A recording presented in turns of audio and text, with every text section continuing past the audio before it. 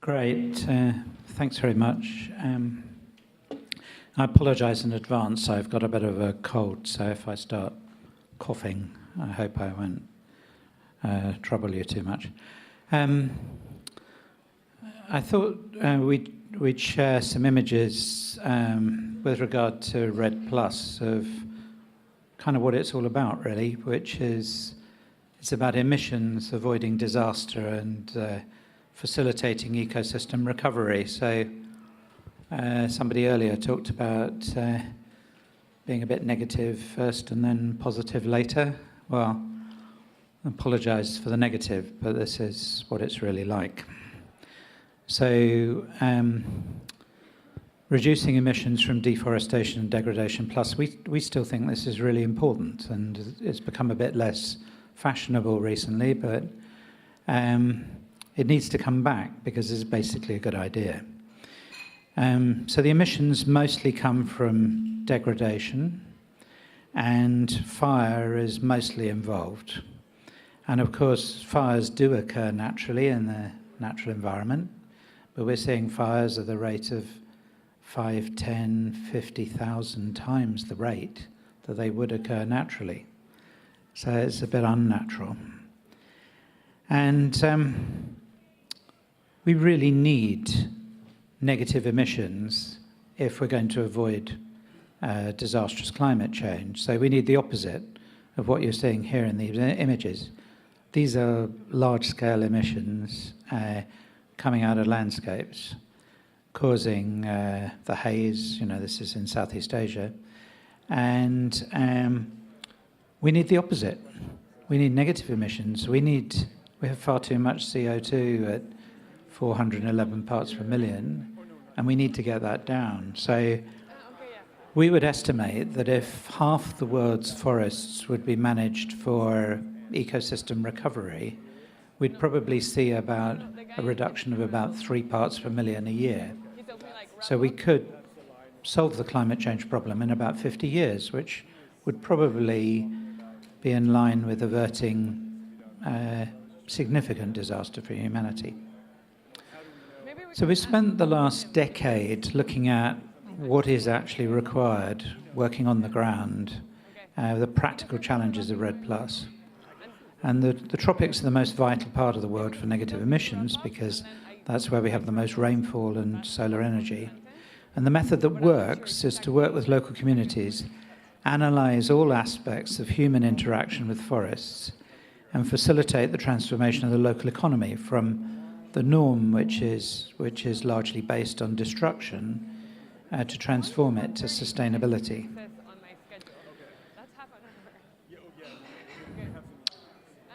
The private sector is absolutely crucial in the tropics for success. I mean, I grew up in the tropics. Public sector is vitally important, of course, but if you look at what actually works, it's usually the private sector. And so going forward, as we scale these activities up, what we need is forest conservation and food production working together in sustainable partnerships. We also need, as other speakers have said, we need to mobilize private sector long-term capital. Private sector long-term capital now is about $80 trillion. It's a lot. It dwarfs public sector funds.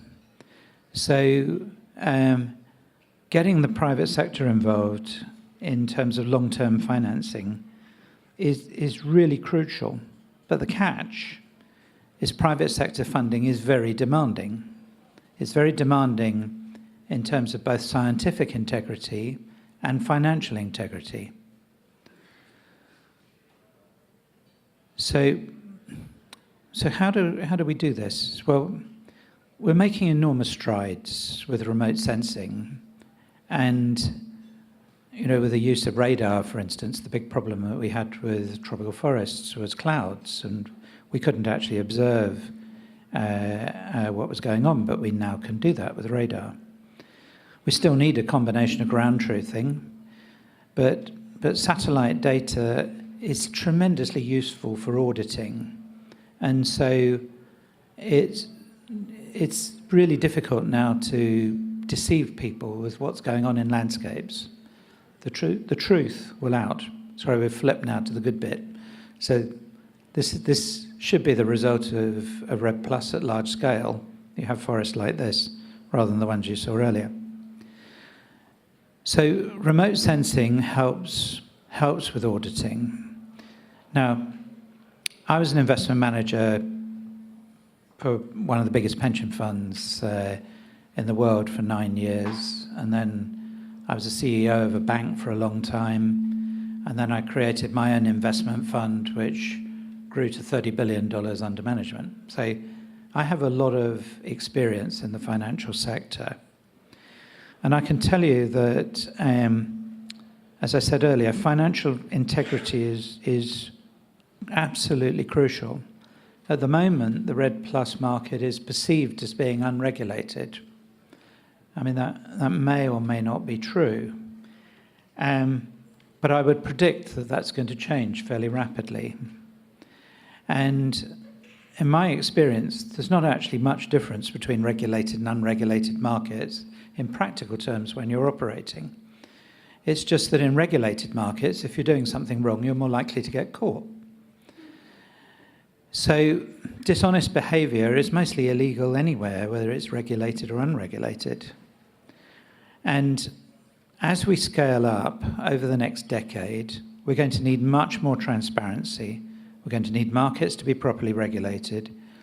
And we need people to take much more care about telling the truth, both in scientific and financial terms. And I'm not just talking about the private sector, I'm talking about public sector as well.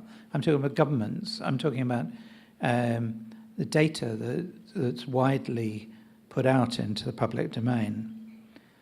And obviously there's scope for improvement with everything. People are just going to need to be a lot more careful.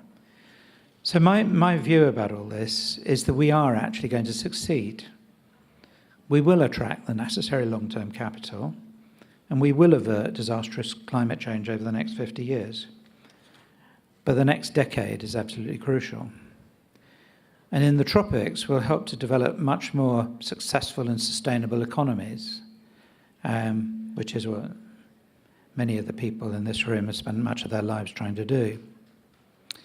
But if we don't get it right, if we don't get our methods right by about 2030, we're going to have a real problem.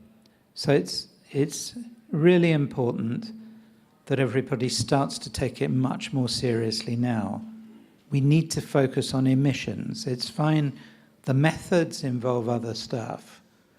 I'm a strong believer in, as I said earlier, we can only succeed by working with the local communities, but the focus needs to be on emissions. And I just reflect on a truism from my decades in financial markets, that recovery only happens when the full extent of problems are truly understood and recognised.